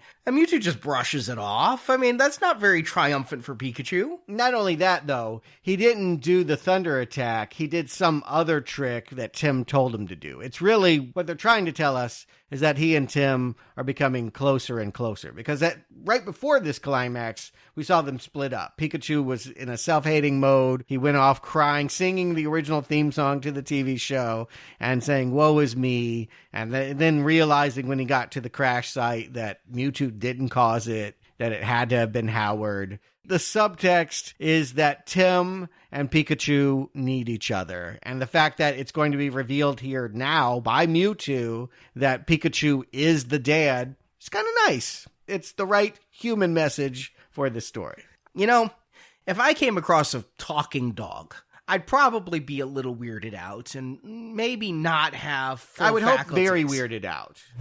But if the dog was talking in the voice of my father, Yeah. and this dog just looked at me and went, with her mouth, I think I would know. I think I would know that was my dad.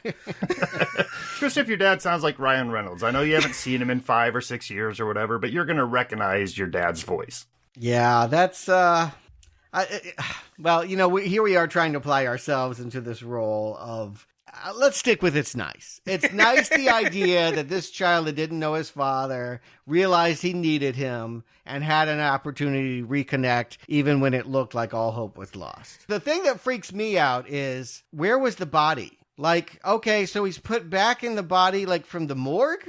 Like, is this zombie dead? Like, that's kind of gross that, like, this car accident happened. The father died. His soul went into Pikachu. And then it's been at least a couple days, maybe a week, and he's in his old body again. I think it smells. Well, I don't get why Mewtwo is like, the sun had to come. But I'm guessing that this is a new body built out of the DNA of the sun. Like some magic happened. This is not the corpse body. And in fact, I don't believe there is a corpse body. The body was never found, so it was never in a morgue. Okay, I didn't hear that line. Mew took it. Yeah, right. Okay. Yeah, he kind of like laser beam vaporized the body. Well, then he didn't need to do this, right? He No. could have just made the guy healed.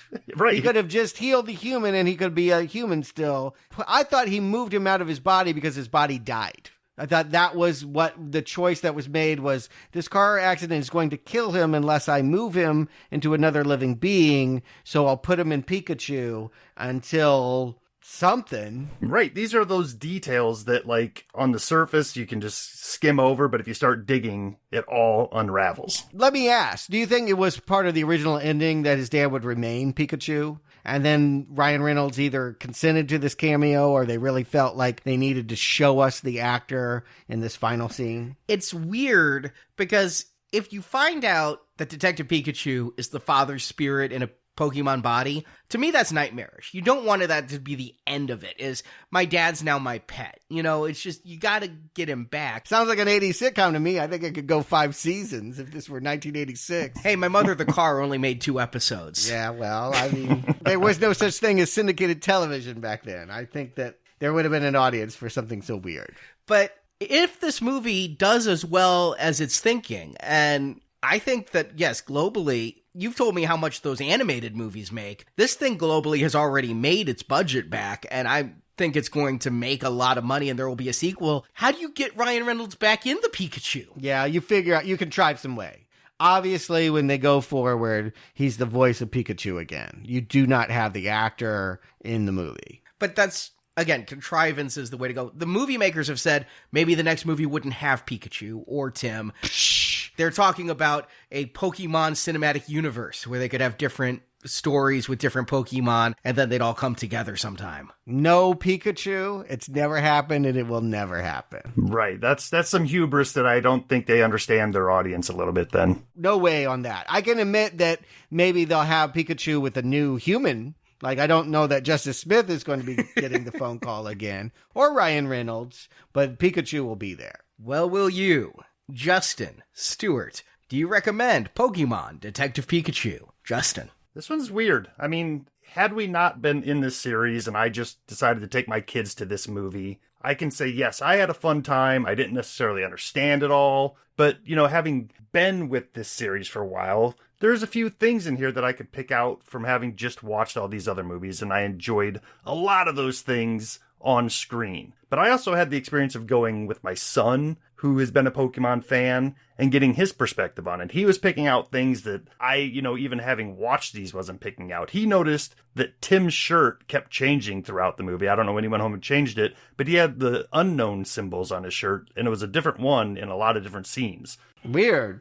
I'm not sure if there was something trying to be said there, secret message, or it was just a little Easter egg like, hey, these are the unknown symbols, check it out. But I think what this movie needs to do is it needs to work for kids who grew up with Pokemon, and it also needs to make sense to people who only know Pokemon from the Pokemon Go app. And on those two levels, I think it works. I think if you're a fan of Pokemon growing up and it was because of those movies, this isn't any worse than those movies that you grew up watching. It's just live action now and looks much prettier. So if that's who you are, this movie's going to work for you. If you're somebody who's been playing Pokemon Go for the last 3 years and you're only familiar with these characters because of the app, it's fun to see them in a movie. But as a movie itself, we kind of talked about it. There's all sorts of plot holes. There's all sorts of contrivances. Like, I didn't understand why Mewtwo all of a sudden said, yes, I hate humans, but I guess I will save this one. Just to say it. I mean, it didn't make too much sense just from a movie thing. So I feel like I've been harsh on this series, even though I haven't hated it. So I'm going to give this one a slight recommend. Wow. Just because I think it works for what the whole series has been trying to do. And if this is the culmination of where we're coming out, I did not hate this movie. I would see it again. It was funny. It was breezy. Yeah, I'm giving it a slight recommend. So best one of the series. Yeah, the most enjoyable. Stuart. You know, I didn't go haiku. I figured with this being a more Americanized movie, I would make my review that way as well. And that's my overall thought is I think it's a really nice marriage of American style and Hollywood blockbuster entertainment with the Japanese Zen aesthetic. That tranquility of the creatures remains preserved. The company did not sell their property to Hollywood executives for them to turn into characters. There's something about these creatures that remain at arm's length. You'll never get to know them. The only one we talk to is really Ryan Reynolds. It's not Pikachu. We never get to know Pikachu. They keep it so that it's really about the human experience engaging with Pokemon. It's not a Muppet movie or a Looney Tunes movie where the creatures are the stars. And that, to me, feels Japanese. It feels unique. And it feels right that they preserved that balance. And yet there is Hollywood elements here. Sometimes too much. There's some convolutions. We've all talked about how they could have made this story easier. Young ones are definitely not going to catch it all. They're not going to understand everything that's going on. I don't think I understood it all. But I do think that there's enough here that if you are a Pokemon fan, and only if you're a Pokemon fan, are you going to groove to this. I think that it works as a children's franchise. It's probably as good as that Power Rangers reboot they had a couple years ago of Goosebumps. This guy made the Goosebumps movie. It's like that. It's a little better than the Turtles reboot. It's going to be better than Sonic. I'll make that prediction as well. Sonic the Hedgehog, we got that coming this Thanksgiving. I'm going to give it a mild recommend. And that's coming from me, not the guy playing a character that loves Pokemon, but from the guy that has tried to understand that phenomenon and see if this works. I'm going to say it does. It'll work for you. See, I figured you graded all the other movies on a bit of a curve, an imagined curve. Yeah. And I figured this one, because it's a real movie with big budget and in theaters and going up against Endgame, you wouldn't grade on a curve. So if you had given it a not recommend, I'd have had to call you out on it. But I'm glad to see you recommend it. Yeah. And I think that the story of this movie is a mess. I really do. I think that it went through too many revisions and there were too many cooks in the kitchen saying exactly what this film needed to be. I don't feel like we see one person's vision. But whoever's vision merged the world of Pokemon and humans did so well. You said this is only good for Pokemon fans, and I have to ask myself, am I one? It's now a existential crisis of, would you call me a Pokemon fan? If you spend thousands of dollars on Pokemon Go rats, yes. That was years ago. It doesn't matter. You are there. Again, this is all, everyone is years ago. I feel like the audience they're speaking to is an outreach to estranged children. This whole story is about reaching out to children that you haven't connected with in a long time. And yeah, you're one of those kids, Arnie.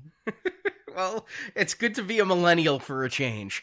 So what I can say, though, is it's not a great movie by any means, but I smiled for 2/3 of the film. And if I'm happy for 2/3 of the film and I'm laughing with it and I'm talking on the way out about how cute it was when Pikachu was massaging Psyduck's feet, trying to get him to not explode, and then goads him into exploding. I thought Psyduck was going to, like, literally explode. Like, he pops once and he's dead. I didn't realize it was some psychic explosion that Psyduck then wakes up from with a headache. But I liked the world they built. I would like to go back to the world they built and have a better story there. With or without Ryan Reynolds. I went for Ryan Reynolds. I stayed for Trecco and Apom and Mr. Mime. Wow. All right. It's a recommend. Yeah, 3 for 3. First time in this series. It's nice. In the video game retrospective, it's the ultimate rare card. I mean, I don't know how we found this. It's really been a horrible, horrible idea to review movies based on video games. It was your idea. It was my idea as a way of patching the Band-Aid of what do we do for a year if we're not covering Stephen King. And we're back in Stephen King mode. Pretty soon we'll be getting to it and all the books and stories leading up to that. But yeah, this is, I would say at this point, the best video game movie. I think I'm tiptoeing towards that ledge. Yeah. Trying to think of one that was executed with as much love. Yes. I mean, here's the thing, is that it does everything right for the people that are expecting it. You know, they kept it for the heart. You know, like they tried to tell an emotional story, which the Pokemon anime always does, always ends people crying and getting emotional.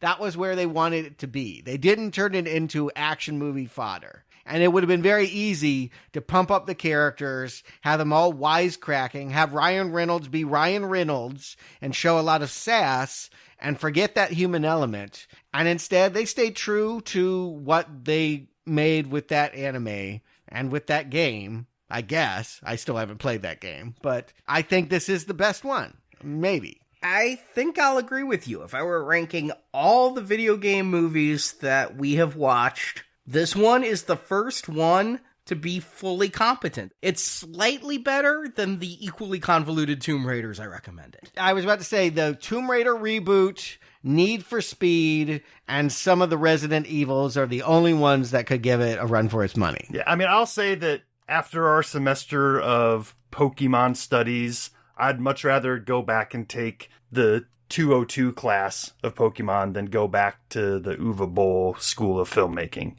which I'm afraid we'll be going back to. Yeah, we still got Blood Rain and In the Name of the King and Far Cry. Yeah, there's plenty of Uvo. We put it on hold. We'll get back to it probably in the fall at the same time that we'll be getting Angry Birds and Sonic the Hedgehog and other things that will hurt us deeply. That Sonic trailer, man. I leaned over to Marjorie because Marjorie went into the theater and said she was excited to see Pokemon, but when she sat down in the chair, she said, "This movie's really gonna suck, isn't it?" And during the Sonic trailer, I leaned over to her and said, "That movie is the movie you're afraid you're about to watch." Yep.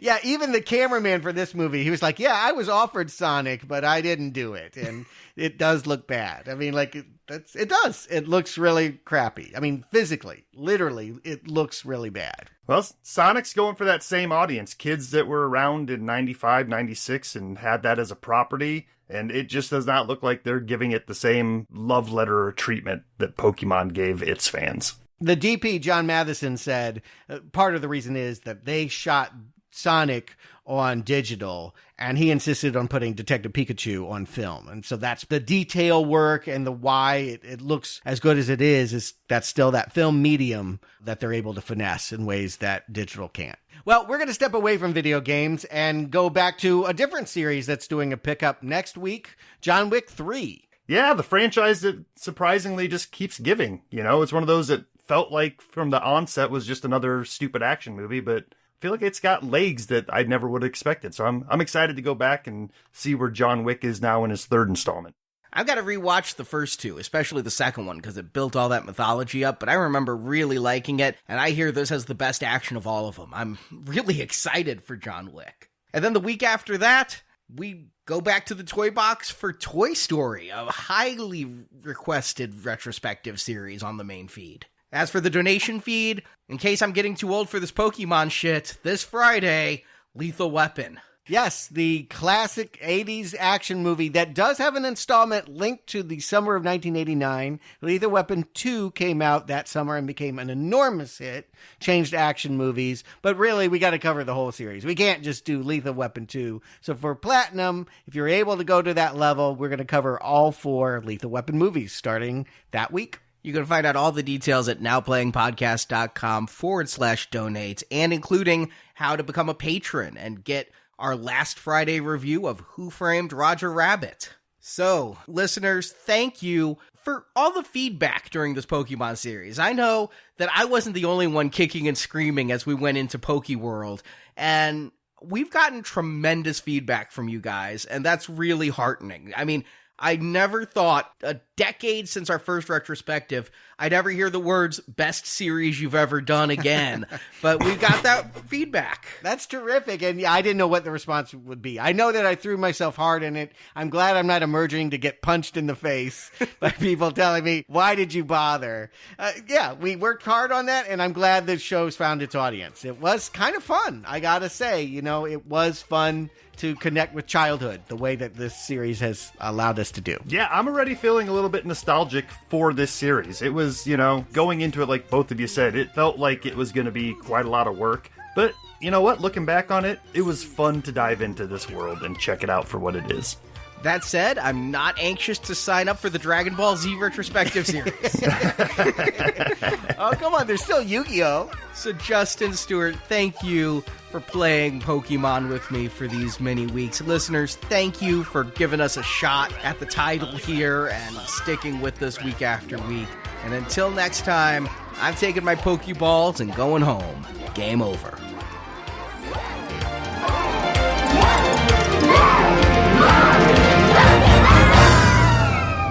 Think we did the right thing?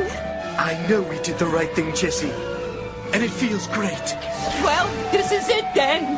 Let's not say goodbye. Let's just say We're gonna die. Thank you for listening to this episode of Now Playing Podcast. We hope you've enjoyed the show. A celebration of the harmony between humans and Pokemon. Come back to NowPlayingPodcast.com each week for another new movie review podcast. Thank you all for everything. Maybe I'll see you again. Someday.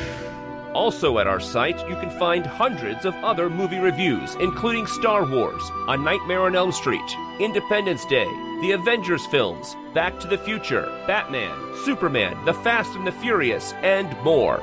Case closed, but still open until I solve it. Now Playing Podcast is a show without any sponsors or ads. We rely on support from listeners like you to keep Now Playing operating. I could use pants.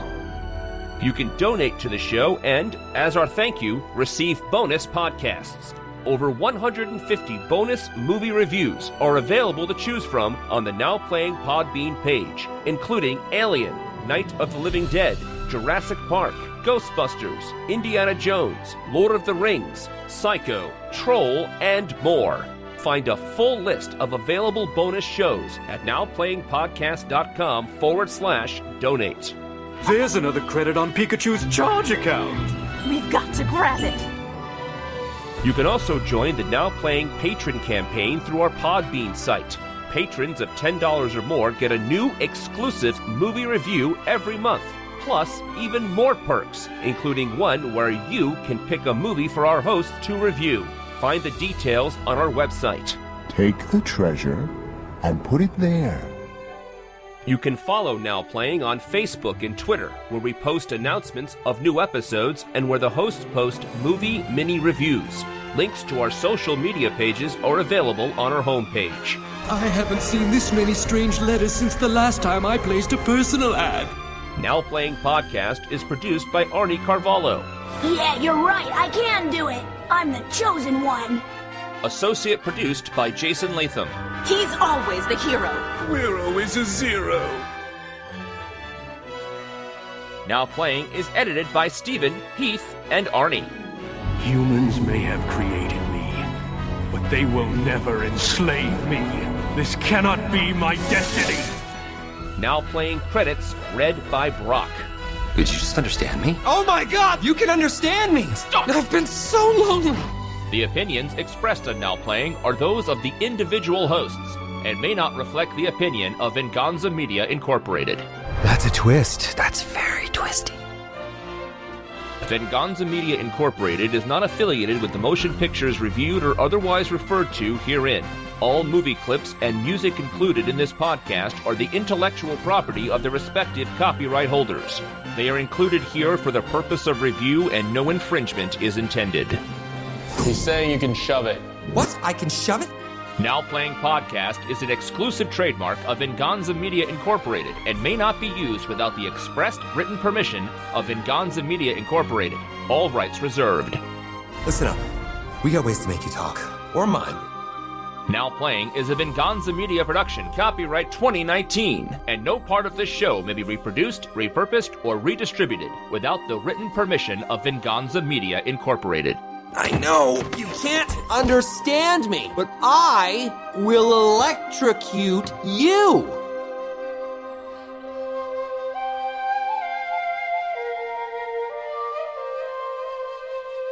But once a happy ending. Team Rocket signing off again!